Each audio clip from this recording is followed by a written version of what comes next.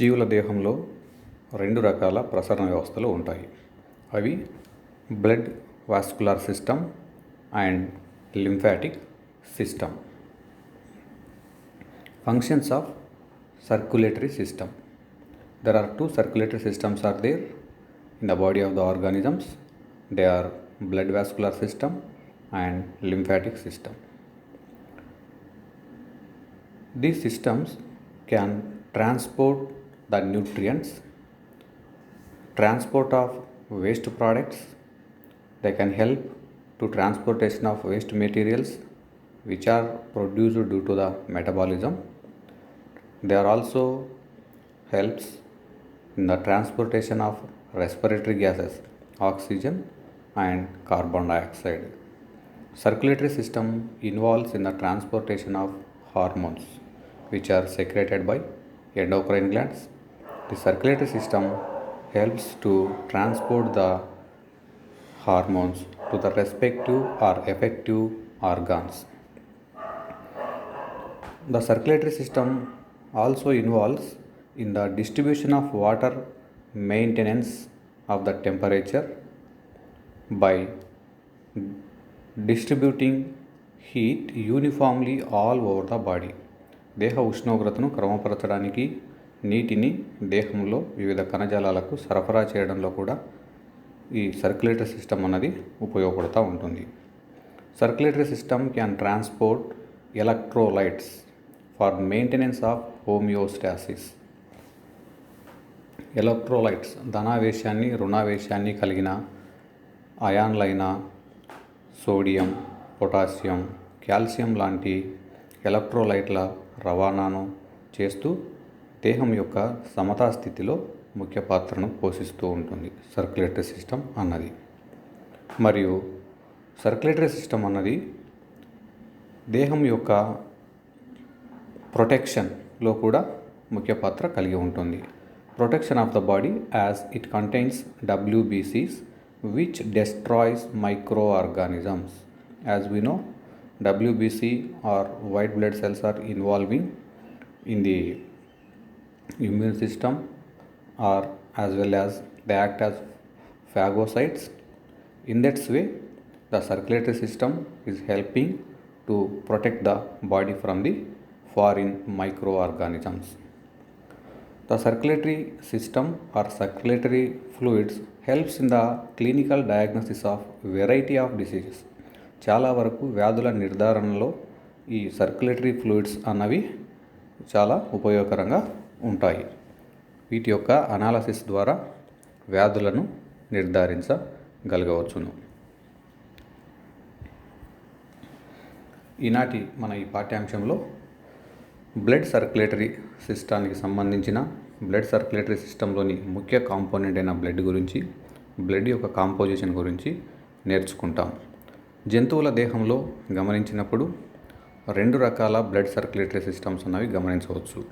అవి open circulatory system, closed circulatory system. Open circulatory సిస్టంలో రక్తం అన్నది ఎలాంటి రక్తనాళాలను కలిగి ఉండదు. రక్తం అన్నది ప్రత్యక్షంగా కణజాలాలతో సంబంధాన్ని కలిగి ఉండి పోషక పదార్థాలను ప్రత్యక్షంగా కణజాలు గ్రహించే విధంగా ఉంటాయి. Blood does not remain confined to the blood vessels. There are no veins and capillaries in open circulatory system. In the open circulatory system no respiratory pigment is present. ఎలాంటి రక్త వర్ణకము లేదా శ్వాస వర్ణకము అనే వర్ణకాలు ఓపెన్ సర్క్యులేటరీ సిస్టంలో ఉండవు. మరియు haemoglobin లాంటి వర్ణకము అన్నది ప్లాస్మాలో కరిగిన రూపంలో ఉంటుంది. అందువల్ల ఈ ఓపెన్ టైప్ సర్క్యులేటరీ సిస్టమ్ కలిగిన జీవులలో రక్తం అన్నది ఎటువంటి వర్ణాన్ని కలిగి ఉండదు, కలర్లెస్గా ఉంటుంది. ఇలాంటి రక్తాన్ని హీమోలింఫ్ అంటారు. Haemoglobin is dissolved in plasma and not in cells. Blood is colourless and is called as haemolymph.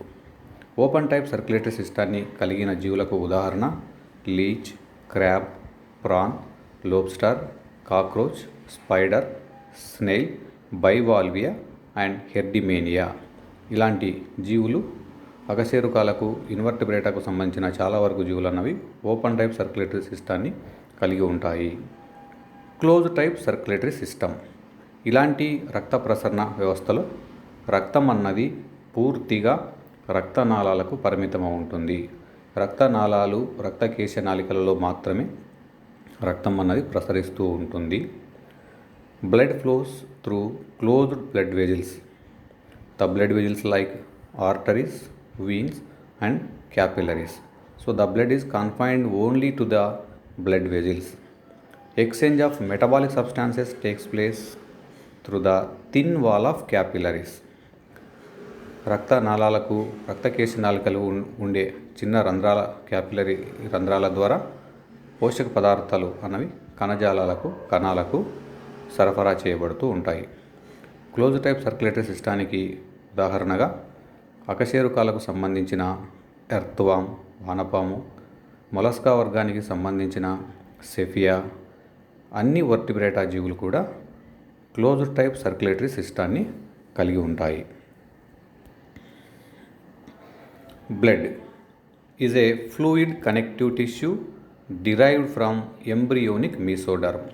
రక్తము అన్నది ఫ్లూయిడ్ కనెక్టివ్ టిష్యూ, ద్రవరూప సందాయక కణజాలము. ఇది పిండ దశలోని ఎంబ్రియోనిక్ మీసోడర్మ్ అనే లేయర్ నుంచి ఏర్పడుతుంది. రక్తము మరియు రక్త ప్రసరణ వ్యవస్థలో ముఖ్య భాగమైన గుండె అనే నిర్మాణాలు ఎంబ్రియోనిక్ మీసోడర్మ్ నుంచి ఏర్పడతాయి. ఆరోగ్యవంతమైన అడల్ట్ హ్యూమన్ బీయింగ్లో, ఆరోగ్యవంతమైన వ్యక్తిలో, దాదాపుగా 70 kg బరువు కలిగిన వ్యక్తిలో 5 నుంచి 6 లీటర్ల రక్తాన్ని కలిగి ఉంటాడు. రక్తం యొక్క పరిమాణం అన్నది దేహ బరువులో 6 నుంచి 8% కలిగి ఉంటుంది. Study of blood is called as haematology. రక్తం అన్నది బ్రైట్ ఎరుపు వర్ణాన్ని మరియు ఆల్కలినిటీ నేచర్, స్వల్ప క్షారత్వ స్వభావాన్ని కలిగి ఉంటుంది. రక్తం యొక్క pH 7.4. Blood is bright red coloured one, slightly alkaline, salty, viscous fluid.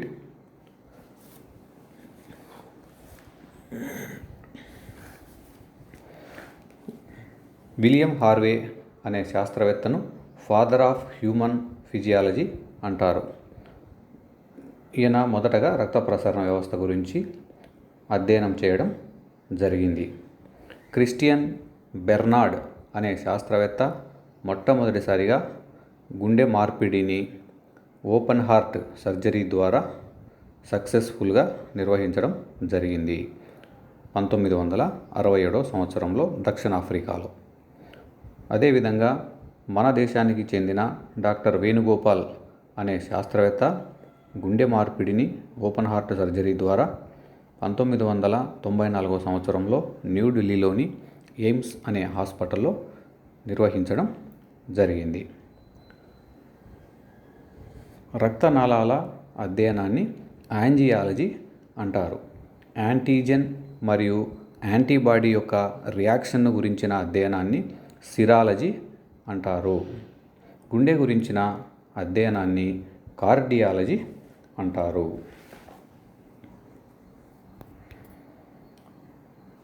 Composition of blood. రక్తం యొక్క సంఘటనము. రక్తం యొక్క సంఘటనాన్ని గమనించినప్పుడు రక్తంలో 2 ముఖ్యమైన పదార్థాలను గమనించగలము: ప్లాస్మా మరియు ఫార్మ్డ్ ఎలిమెంట్స్. ప్లాస్మా మరియు ఫార్మ్డ్ ఎలిమెంట్స్ లేదా రక్త కణాలు, బ్లడ్ కార్పల్స్ అని కూడా అంటారు. ప్లాస్మా అన్నది రక్తంలో 55% కలిగి ఉంటుంది. మిగిలిన 45%లో రక్త కణాలు అనే నిర్మాణాలు ఉంటాయి. ప్లాస్మా అన్నది లేత పసుపు వర్ణాన్ని కలిగిన ద్రవము. ప్లాస్మా యొక్క నిర్మాణాన్ని గమనించినప్పుడు ప్లాస్మా నిర్మాణంలో నీరు మరియు ఘన పదార్థాలు అనే నిర్మాణాలు ఉంటాయి. నీరు అన్నది 90 నుంచి 92% వరకు, మిగిలిన ఘన పదార్థాలు అన్నవి 8 నుండి 10% వరకు ఉంటాయి. ఈ ఘన పదార్థాలను కర్బన మరియు అకర్బన పదార్థాలుగా విభజించారు. Inorganic and organic components are there in the plasma. Organic and inorganic components are there in the plasma. అకర్బన పదార్థాలు చాలా తక్కువ పరిమాణంలో 0.9% వరకు ఉంటాయి. కర్బన పదార్థాలు 8% వరకు ఉంటాయి.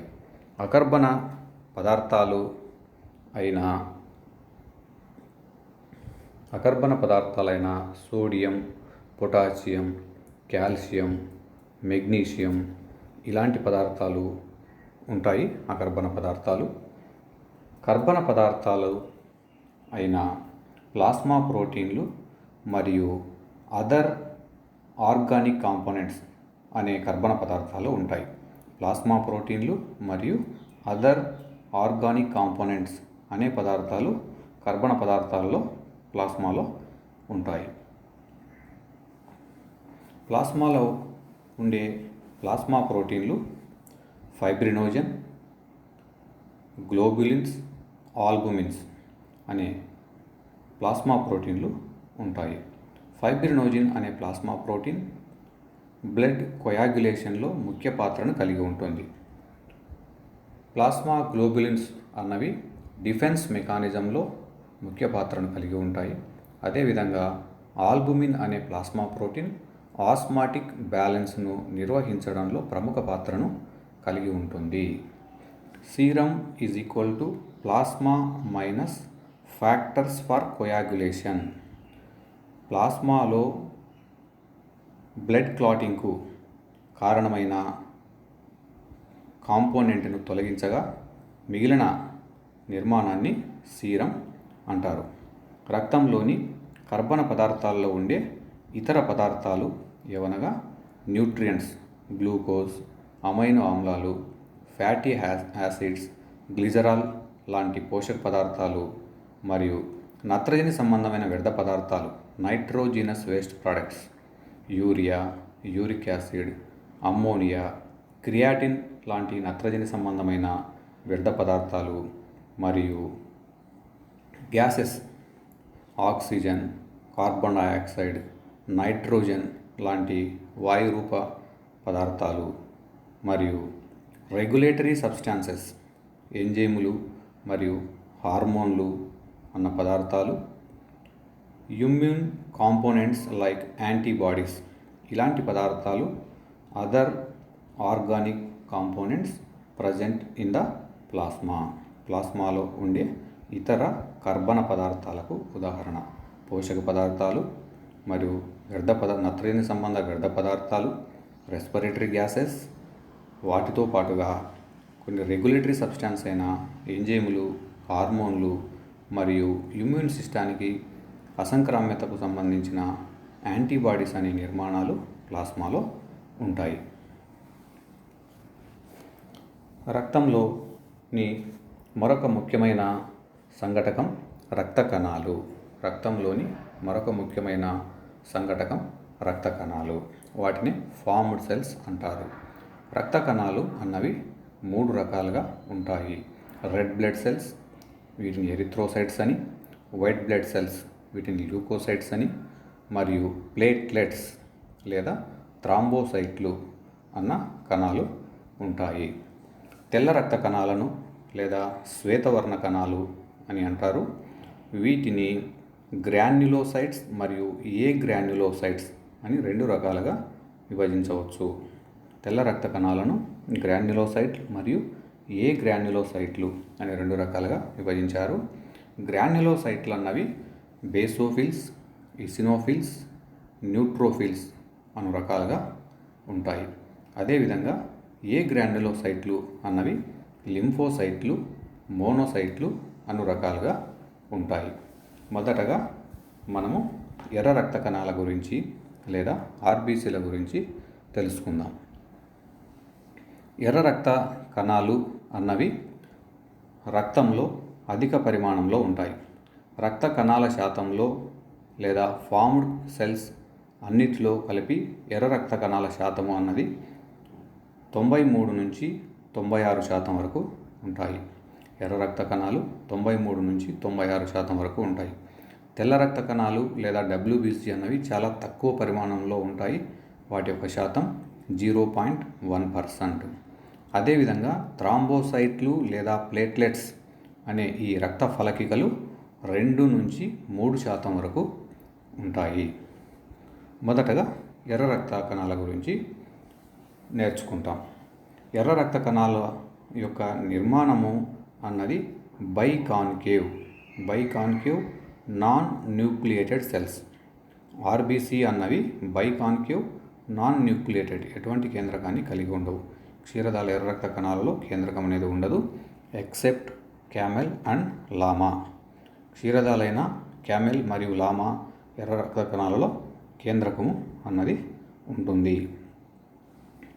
ఎర్ర రక్త కణాలు అన్న వాటి యొక్క డయామీటర్ పరిమాణాన్ని గమనించినప్పుడు 7.5 మైక్రోమీటర్ల నుండి 8 మైక్రోమీటర్ల వరకు ఉంటాయి. 7.5 మైక్రోమీటర్ల నుంచి 8 మైక్రోమీటర్ల వరకు ఉంటాయి. సంఖ్యాపరంగా ఎర్ర రక్త కణాలు అన్నవి 4.5 to 5 millions per cubic millimetre. Adult విమెన్లో లేదా ఫిమేల్స్లో 4.5 నుంచి 5 మిలియన్స్ పర్ క్యూబిక్ మిల్లీమీటర్. అదేవిధంగా అడల్ట్ మేల్స్లో ఎర్ర రక్త కణాల సంఖ్య అన్నది స్త్రీల కంటే అధికంగా ఉంటుంది. అది 5 నుంచి 5.5 మిలియన్ పర్ క్యూబిక్ మిల్లీమీటర్. ఈ విధంగా ఎర్ర రక్త కణాల సంఖ్య అన్నది అధికంగా ఉంటుంది. ఎర్ర రక్త కణాల యొక్క జీవితకాలం life span of RBC is 120 days. వయసు మళ్ళిన ఎర్ర రక్త కణాలు నశిస్తూ ఉంటాయి. ఈ విధంగా ఎర్ర రక్త కణాలను నశింప చేసే అవయవము ప్లీహము. దాన్ని స్ప్లీన్, దీన్ని గ్రేవ్ యార్డ్ ఆఫ్ RBC అని వర్ణిస్తారు. ఎర్ర రక్త కణాల యొక్క లక్షణాలు, క్యారెక్టరిస్టిక్స్ ఆఫ్ RBC. ఎర్ర రక్త కణాల యొక్క ఉద్భవనాన్ని, formation of RBC is called as erythropoiesis. ఎర్ర రక్త కణాల యొక్క డిస్ట్రక్షన్ను ఎరిథ్రోపీనియా అంటారు. Formation of RBC is called as erythropoiesis. Destruction of RBC or reducing of number of RBC erythropenia. పిండ దశలో ఉన్నప్పుడు RBC అన్నవి యోక్ శాక్, కిడ్నీ, స్ప్లీన్ మరియు లివర్ అనే ఈ అవయవాలు ఎర్ర రక్త కణాలను ఉత్పత్తి చేస్తాయి. అడల్ట్ దశలో ఉన్నప్పుడు ఎర్ర రక్త కణాలు అనేవి రెడ్ బోన్ మ్యారో నుంచి ఉత్పత్తి జరుగుతుంది. వయసు మళ్ళిన ఎర్ర రక్త కణాలు అనేవి స్పిన్లో డెస్ట్రాయ్ అవుతూ నశిస్తూ ఉంటాయి. దాన్ని ప్లీహము అంటాము. కావున ప్లీహాన్ని ఎర్ర రక్త కణాల శ్మశాన వాటిక అని అంటారు. Iron containing complex protein called haemoglobin is present on RBC. Conjugated protein అయిన హిమోగ్లోబిన్ అన్నది ఐరన్ మూలకాన్ని కలిగి ఉంటుంది. ఇది ఎర్ర రక్త కణాలపైన ఉంటుంది.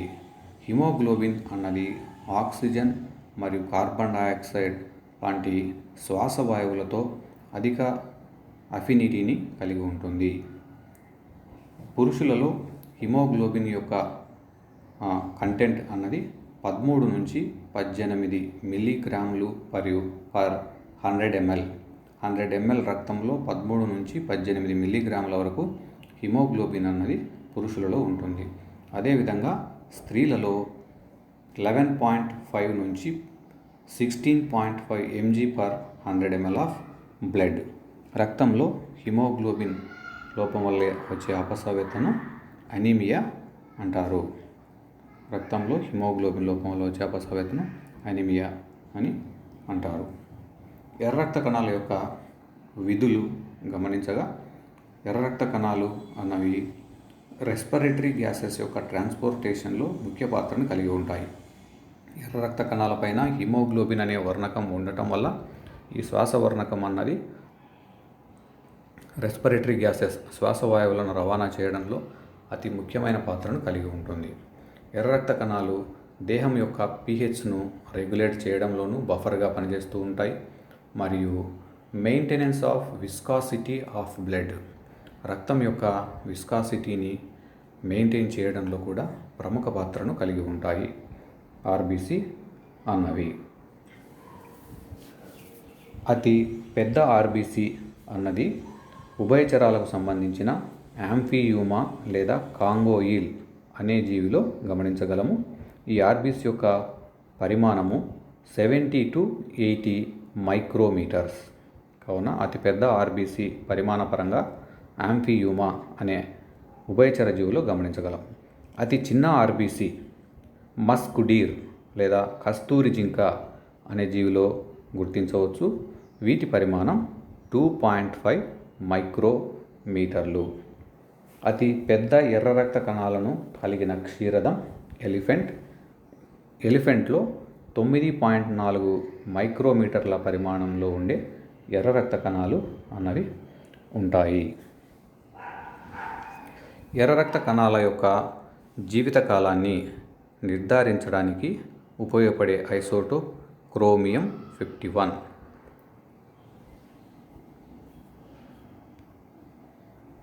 వైట్ బ్లడ్ సెల్స్ రెండవ రకానికి సంబంధించిన రక్త కణాలు తెల్ల రక్త కణాలు.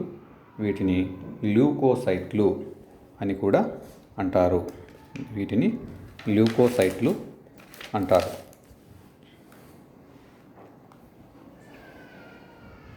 ల్యూకోసైట్లు అని, అమీబోసైట్లు అని మరియు ఫాగోసైటిక్ సెల్స్ అని కూడా ఈ తెల్ల రక్త కణాలను వర్ణించవచ్చు. తెల్ల రక్త కణాలు అన్నవి సంఖ్యాపరంగా తక్కువగా ఉంటాయి. 4000 నుంచి 11,000 వరకు పర్ క్యూబిక్ మిల్లీమీటర్. తెల్ల రక్త కణాలు అన్నవి ఆరోగ్యవంతమైన మానవునిలో 4000 నుంచి 11,000 పర్ క్యూబిక్ మిల్లీమీటర్ అన్న సంఖ్యాపరంగా ఉంటాయి. చాలా తక్కువ వరకు ఉంటాయి. ఎర్ర రక్త కణాలు మరియు తెల్ల రక్త కణాల యొక్క రేషియోను గమనించినప్పుడు 700:1, 700 ఎర్ర రక్త కణాలకు లేదా ఆర్బీసీకి 1 డబ్ల్యూబీసీ అన్నది ఉంటుంది.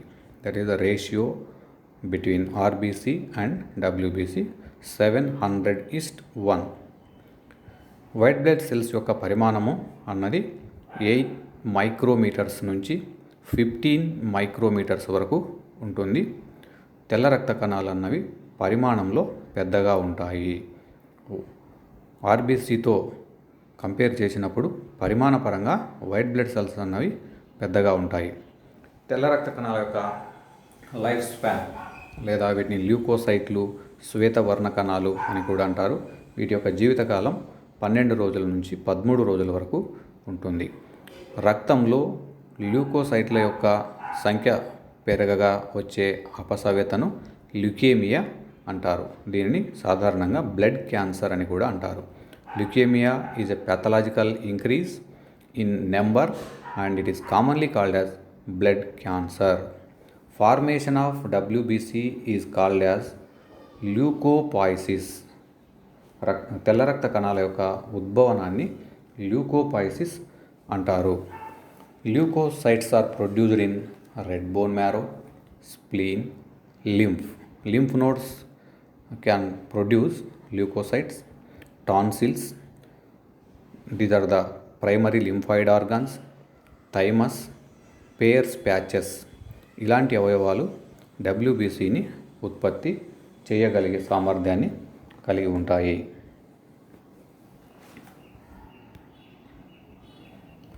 తెల్ల రక్త కణాలలో ఉండే కణికల ఆధారంగా తెల్ల రక్త కణాలు కొన్ని కణికలను కలిగి ఉంటాయి, కొన్ని కణికలను కలిగి ఉన్నవు. గ్రాన్యూల్స్ కలిగి ఉన్న వైట్ బ్లడ్ సెల్స్ను గ్రాన్యులోసైట్స్ అని, గ్రాన్యూల్స్ లేని వైట్ బ్లడ్ సెల్స్ను ఏ గ్రాన్యులోసైట్స్ అని విభజించడం జరిగింది. Granulocytes again divided into 3 types: neutrophils, eosinophils and basophils అని 3 రకాలుగా గ్రాన్యులోసైట్లను విభజించడం జరిగింది. Neutrophils stained by neutral stains.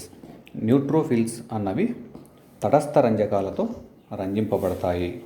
సంఖ్యాపరంగా న్యూట్రోఫిల్స్ అన్నవి అధికంగా ఉంటాయి. వీటి యొక్క శాతము 60 నుంచి 65% వరకు ఉంటాయి. గ్రాన్యులోసైట్స్లో మొత్తంలో న్యూట్రోఫిల్స్ యొక్క సంఖ్య అన్నది 60 నుంచి 65%. మొత్తం తెల్ల రక్త కణాలలో కూడా న్యూట్రోఫిల్స్ యొక్క సంఖ్య అనేది అధికంగా ఉంటుంది. Nucleus is multilobed. అనేక లోబ్స్ను కలిగిన న్యూక్లియస్ను కలిగి ఉంటాయి న్యూట్రోఫిల్స్ అన్నవి. They are the chief phagocytic cells and engulf microorganism. జీవుల దేహంలోకి ప్రవేశించిన హానికరమైన సూక్ష్మక్రిములను భక్షించి వేయడంలో ప్రముఖ పాత్రను కలిగి ఉంటాయి న్యూట్రోఫిల్స్ అన్నవి. నెక్స్ట్ ఇసినోఫిల్స్ లేదా అసిడోఫిల్స్ అని కూడా అంటారు వీటిని. These are stained with acid stains like eosin. Eosin లాంటి యాసిడిక్ నేచర్ను కలిగి ఉన్న స్టెయిన్లతో ఇవి రంజింపబడతాయి. అందువల్ల వీటిని అసిడోఫిల్స్ ఆర్ ఇసిడోఫిల్స్ అని కూడా చెప్పడం జరిగింది. ఇవి 2 నుంచి 3% మాత్రమే ఉంటాయి WBC నందు. వీటిలో న్యూక్లియస్ అన్నది బైలోబ్డ్ 2 లోబులను కలిగిన న్యూక్లియస్ను కలిగి ఉంటాయి. Non phagocytic and their number increase during allergic condition. ఏదైనా అలర్జీ కండిషన్ వచ్చినప్పుడు జలుబు లాంటి ఇలాంటి స్థితులలో ఇసినోఫిల్స్ సంఖ్య దేహంలో అధికంగా పెరుగుతుంది. They show antihistaminic property. Increase of eosinophils is known as eosinophilia. జీవుల దేహంలో ఇసినోఫిల్స్ యొక్క సంఖ్య పెరిగితే అలాంటి స్థితిని ఇసినోఫీలియా అని అంటారు. సాధారణంగా పరాన్నజీవుల సంక్రమణ, ఎలర్జీ సమయాల్లో ఈ ఇసినోఫిల్ సంఖ్య అన్నది అధిక శాతంగా పెంచబడుతూ ఉంటుంది. 3వ రకానికి సంబంధించిన గ్రాన్యులోసైట్లు ఏవనగా basophils. They can stain with basic stains. They are present about 0.5% only. చాలా తక్కువ సంఖ్యాపరంగా పరిమాణంలో ఉండే WBC ఏవనగా బేసోఫిల్స్. ఇవి 0.5% మాత్రమే ఉంటాయి. వీటిలో ఉన్న కేంద్రకము ట్విస్టెడ్, మెలికలు కలిగిన కేంద్రకాన్ని twisted nucleus is there. Non phagocytic basophils release heparin in the blood stream along with histamine and serotonin. Heparin అనే పదార్థాన్ని బేసోఫిల్స్ స్రవిస్తూ ఉంటాయి. హెపారిన్ అన్నది రక్తం గడ్డకట్టకుండా నివారించడానికి ఉపయోగపడే పదార్థము. కావున హెపారిన్ అన్నది బేసోఫిల్స్ నుండి స్రవించబడుతూ ఉంటుంది. వీటితో పాటుగా సెరటోనిన్, హిస్టమైన్ అనే పదార్థాలు కూడా బేసోఫిల్స్ స్రవిస్తూ ఉంటాయి. సెరటోనిన్ అన్నది వ్యాసో కన్స్ట్రక్టర్గా పనిచేస్తుంది. రక్తనాళాల సంకోచాన్ని ప్రేరేపిస్తుంది సెరటోనిన్ అన్నది. హిస్టమైన్ అను పదార్థము వ్యాసో డైలేటర్గా పనిచేస్తుంది. రక్తనాళాలను సడలింపజేస్తూ ఉంటుంది. కావున సెరటోనిన్, హిస్టమైన్, హెపారిన్ లాంటి పదార్థాలను బేసోఫిల్స్ స్రవిస్తూ ఉంటాయి. ఏ గ్రాన్యులోసైట్స్. కణికారహిత కణాలు. కణికారహిత కణాలను 2 రకాలుగా విభజించారు. అవి లింఫోసైట్లు మరియు మోనోసైట్లు. కణికారహిత కణాలను లింఫోసైట్లు మరియు మోనోసైట్లు అని 2 రకాలుగా విభజించడం జరిగింది.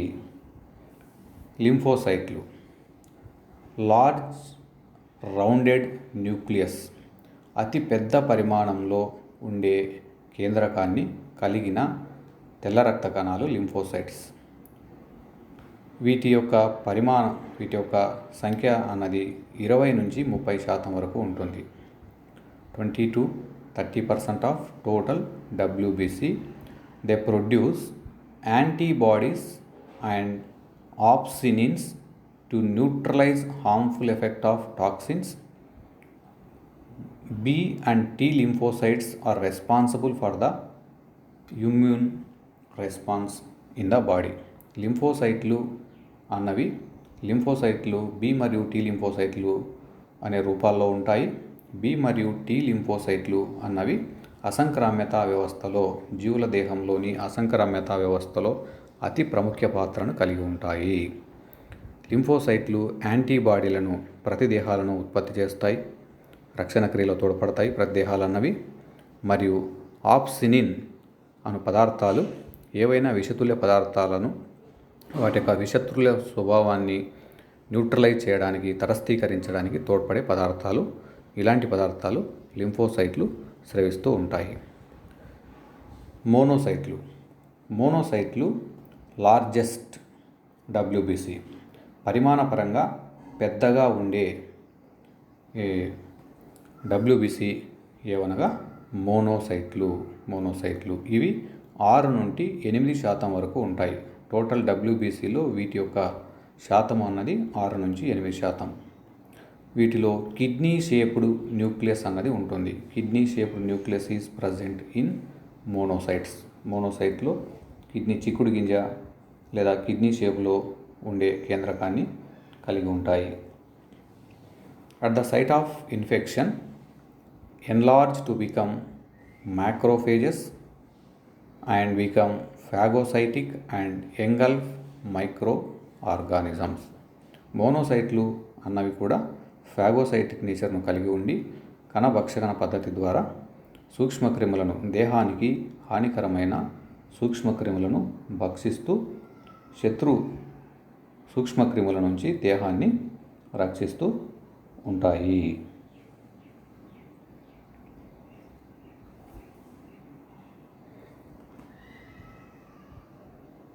టీ లింఫోసైట్లు అన్నవి బ్యాక్టీరియాలపై దాడి చేసి చంపుతాయి. ఇలాంటి లక్షణాన్ని cellular or cell mediated immunity అంటారు.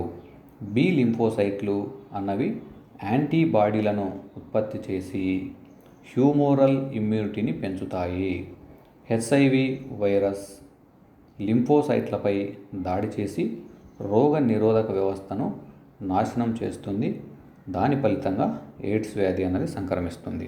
హెచ్ఐవి వైరస్ అనేది లింఫోసైట్లను నాశనం చేయడం వల్ల సులువుగా వ్యాధులు సంక్రమిస్తాయి. ఇలాంటి స్థితిని ఎయిడ్స్ అని మనం చెప్పవచ్చు. మూడవ రకమైన రక్త కణాలు రక్త ఫలకికలు లేదా థ్రాంబోసైట్లు. ఇవి పరిమాణపరంగా అతి చిన్న పరిమాణంలో ఉండే రక్త కణాలు. ఆర్బీసీ, డబ్ల్యూబీసీ వీటితో మనం పోల్చినప్పుడు ప్లేట్లెట్స్ అన్నవి పరిమాణపరంగా చాలా చిన్నగా ఉంటాయి. వీటి పరిమాణము 2.5 మైక్రోమీటర్ల నుంచి 5 మైక్రోమీటర్ల వరకు మాత్రము ఉండే చిన్న పరిమాణంలో ఉండే కణాలు. These are fragments of large cells called megakaryocytes of the bone. ఎముకలో ఉండే మెగాకారియోసైట్ల నుండి ఏర్పడిన అతి సూక్ష్మ పరిమాణంలో ఉండే కణాలే రక్త ఫలకికలు. They are non nucleated, round and biconvex. వాటి యొక్క రూపం అన్నది బైకాన్వెక్స్ రూపంలో ఉండి ఎటువంటి న్యూక్లియస్ను కలిగి ఉండవు. The average count of blood platelets is 1.5 to 3.5 lakhs per cubic millimeter. 1,00,000 నుంచి 3,00,000 లేదా 3,50,000 వరకు 1 క్యూబిక్ మిల్లీమీటర్లో రక్త ఫలికలు అన్నవి ఉంటాయి. Decrease in number of platelets is called as thrombocytopenia. Increasing in the number of platelets is called thrombocytosis. థ్రాంబోసైట్లు help in formation of clot over the injury. గాయాలు ఏర్పడినప్పుడు గాయాల నుంచి రక్తస్రావాన్ని గడ్డకట్టించడానికి తోడ్పడే అతి ముఖ్యమైన రక్త కణాలు థ్రాంబోసైట్లు. వీటిని రక్త ఫలకికలు అంటాము. రక్తాన్ని గాయాల నుంచి గడ్డకట్టించడం అన్నది వీటి యొక్క అతి ప్రముఖమైన విధి. రక్త స్కందనలో ముఖ్య పాత్రను థ్రాంబోసైట్లు కలిగి ఉంటాయి. Functions of blood. రక్తం యొక్క విధులు. డిస్ట్రిబ్యూషన్. బ్లడ్ అన్నది బెస్ట్ ట్రాన్స్పోర్టింగ్ మీడియాగా పనిచేస్తూ ఉంటుంది. అతి మంచి వాహక పదార్థంగా, రవాణా వాహక పదార్థంగా పనిచేస్తుంది. Supplies digested and absorbed food from elementary canal to all parts of the body. దేహంలో జీర్ణ వ్యవస్థలో జీర్ణమైన ఆహార పదార్థాలను రక్తము గ్రహించి దేహంలోని అన్ని భాగాలకు సరఫరా చేస్తూ ఉంటుంది. అదేవిధంగా carries hormones, respiratory gases and nitrogenous waste products. హార్మోన్లను మరియు శ్వాస వాయువులైన ఆక్సిజన్, కార్బన్ డయాక్సైడ్లను మరియు మెటబాలిజం లేదా జీవనక్రియ ఫలితంగా ఏర్పడిన నత్రజని సంబంధ పదార్థాలను ఆయా వ్యర్థ పదార్థాలను విసర్జించే విసర్జకాంగాల దగ్గరకు చేరవేస్తూ బెస్ట్ ట్రాన్స్పోర్టింగ్ మీడియాగా పనిచేస్తూ ఉంటుంది. Production of antibodies. Antibodies are produced in response of foreign substances, thus help in defense mechanism. దేహం యొక్క రక్షణ వ్యవస్థకు సంబంధించిన ప్రతి దేహాలను ఉత్పత్తి చేయడంలో రక్తం అన్నది ముఖ్య పాత్రను కలిగి ఉంటుంది. Thermoregulation. It distributes heat and helps in maintaining body temperature. ఉష్ణోగ్రతను దేహంలో క్రమపరచడానికి రక్తం అన్నది ఉష్ణోగ్రతను దేహంలోని అన్ని భాగాలకు సరఫరా చేస్తూ ఉష్ణోగ్రత క్రమతను నిర్వహిస్తూ ఉంటుంది. Prevention of water loss. It distribute adequate quantity of water to all cells and prevents dehydration. అన్ని కణాలకు కావలసిన నీటి శాతాన్ని సరఫరా చేస్తూ నీటి యొక్క డీహైడ్రేషన్ను నివారించడంలో కూడా తోడ్పడుతూ ఉంటుంది. రక్తం అన్నది ప్రొటెక్షన్లో కూడా ముఖ్య పాత్రను. It prevents loss of blood by formation of blood clot. కాబట్టి ఏదైనా గాయాలు సంభవించినప్పుడు రక్త ఫలకికలు, రక్తంలోని భాగమైన రక్త ఫలకికలు అన్నవి గాయాల దగ్గర రక్తం గడ్డగట్టడానికి, రక్తస్రావాన్ని నిరోధించడానికి ప్రముఖ పాత్రను కలిగి ఉండి దేహం నుంచి రక్తం యొక్క లాస్ను, రక్తం అనేది కోల్పోకుండా నివారించడానికి తోడ్పడుతూ రక్షిస్తూ ఉంటాయి. వాటితో పాటుగా osmotic balance. The proteins and minerals in plasma exert osmotic pressure and regulate blood pressure. రక్తంలో పీడనాన్ని, రక్తంలో మరియు దేహంలో ఆస్మాటిక్ బ్యాలెన్స్, ద్రవాభిసరణ క్రమతను నిర్వహించడానికి రక్తంలోని ప్లాస్మాలో ఉండే ఇనార్గానిక్ కాంపోనెంట్స్, ఆర్గానిక్ కాంపోనెంట్స్ అనేవి ప్రముఖ పాత్రను కలిగి ఉండి దేహం యొక్క ద్రవాభిసరణ క్రమతను నిర్వహించడంలో రక్తం అన్నది ప్రముఖ పాత్రను కలిగి ఉంటుంది. Thank you.